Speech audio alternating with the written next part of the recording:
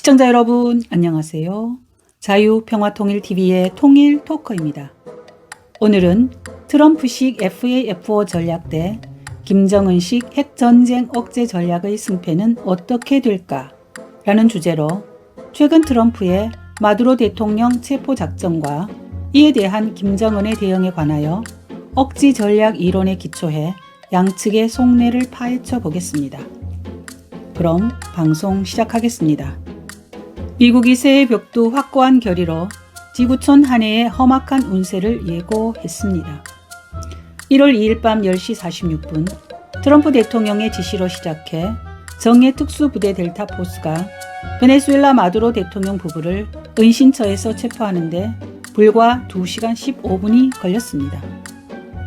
트럼프 행정부가 감행한 이번 작전은 명분상 마약과의 전쟁을 내세웠지만 이면에는 세계 1위의 석유 매장량에 대한 통제권 복원, 미주 대륙에서 중국과 러시아의 영향력을 제거하려는 전략적이고 복합적인 계산이 깔려 있다는 평가입니다.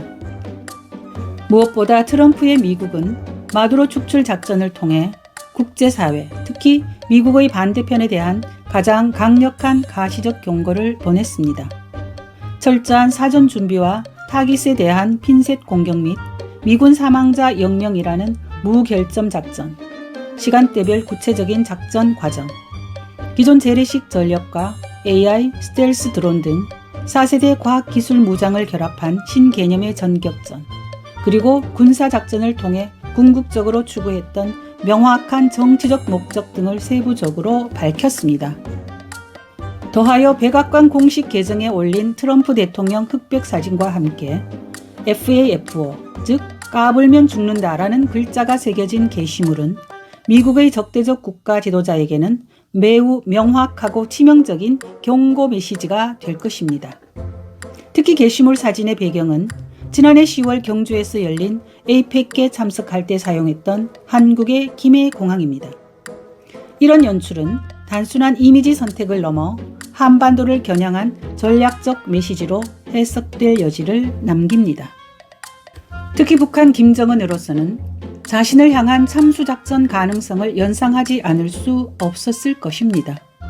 이를 증명이라도 하듯이 김정은은 트럼프의 마두로 체포 사실 공개 후 13시간 29분 만에 화성 11 마형으로 추정되는 극초음속 미사일 2발을 시험 발사하며 이와 함께 우리의 이 같은 활동은 명백히 핵전쟁 억제력을 점진적으로 고도화하는 데 있다.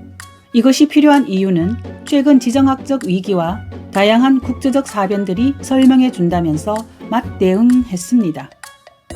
그리고 김정은은 전략적 공격 수단들의 상시 동원성과 그 치명성을 적수들에게 부단히 그리고 반복적으로 인식시키는 것 자체가 전쟁 억제력 행사에 중요하고 효과 있는 한 가지 방식이라고 강조했는데 김정은의 이 발언은 능력, 신뢰성, 전달성이라는 억지 전략의 세 요건을 모두 충족시키려는 의도가 명확하게 드러납니다. 그 첫 번째로 북한은 수십 년 동안 핵탄두 투발을 위한 다양한 사거리의 미사일과 플랫폼을 개량하는 모습들을 수없이 보여줌으로써 위협수단의 능력과 사용 의지를 과시했습니다. 두 번째로 위협수단의 능력 과시를 통해 억지자 북한의 능력과 사용 의지를 피억지자인 한미일에 충분히 인식시켜 왔으며 세 번째로 6차례의 핵실험과 수백 회의 미사일 발사 실험, 핵추진 잠수함 건조 사실 공개와 함께 수많은 담화와 공개 연설 등을 통해 핵 억제력 사용에 대한 의지를 명확하게 전달해 온 것입니다. 따라서 지금까지 국제사회가 추진한 북한의 완전한 비핵화를 목표로 한 억지 전략은 사실상 국제사회의 판정패로 끝난 상황이라고 평가할 수 있습니다. 그럼 이번 마두로 체포 사건으로 진행되는 실제 힘의 사용에 의한 트럼프식 억지 전략인 FAFO 전략과 김정은의 세습체제 유지 공고화를 목표로 한 대서방 핵무기 보유국 정책인 핵전쟁 억제력 보유 전략의 대결 전망은 어떻게 될까요? 여기서 우리는 매우 심각한 역설적 상황에 부딪히게 됩니다. 트럼프식 FAFO 전략은 단기적으로는 매우 강력하고 실제 행동이 수반되기에 신뢰성은 의심의 여지가 없습니다. 하지만 북한을 굴복시키기보다 오히려 체제 생존을 위협받는 북한에게 최후 수단인 완전한 핵전쟁 억제력 보유를 향한 결단을 촉진시킬 위험이 더 큽니다. 반대로 김정은의 핵전쟁 억제력 보유 전략은 느리지만 집요합니다. 단 한 번의 행동으로 미국을 비롯한 핵 확산을 반대하는 서방 세계를 제압하지는 못하지만 반복된 무력 시위와 실험은 시간이 지날수록 상대의 전략 계산을 경직시킬 것입니다. 미국과 동맹국들은 트럼프식 FAFO 전략이 실제로 쓸 수 있는 무기가 아니라 쓸 경우 감당할 수 없는 결과를 먼저 떠올리게 될 것입니다. 문제는 이 억지가 성공할수록 비핵화는 멀어진다는 역설입니다. 북한의 핵은 협상의 대상이 아니라 북한 세습체제 생존의 전제 조건으로 굳어지기 때문입니다.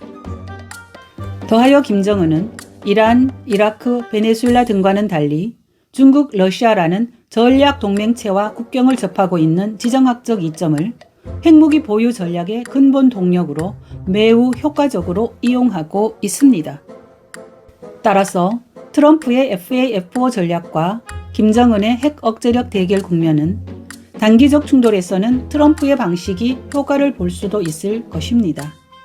그러나 장기적 구조에서는 김정은의 억지 논리가 살아남을 가능성이 더 크다고 할 수 있습니다. 이유는 단순합니다. 핵을 가진 북한과의 전쟁은 군사적으로 승리할 수 있을지는 모르지만 그 순간 미국과 그 동맹국이 감당해야 할 피해가 지나치게 커 결국 선택 불가능한 수단이 되기 때문입니다. 결과적으로 이 대결에서 트럼프의 억지는 위협 인식을 증폭시킬 것이고 이는 김정은의 핵 억제력이 갖는 위협의 정당화를 강화할 것입니다. 이런 악순환 속에서 북한의 완전한 비핵화는 점점 더 비현실적인 목표로 멀어질 수밖에 없을 것 같은 전망이 답답함을 더해 줍니다. 끝까지 시청해 주셔서 감사합니다. 자유평화통일TV의 통일 토커였습니다.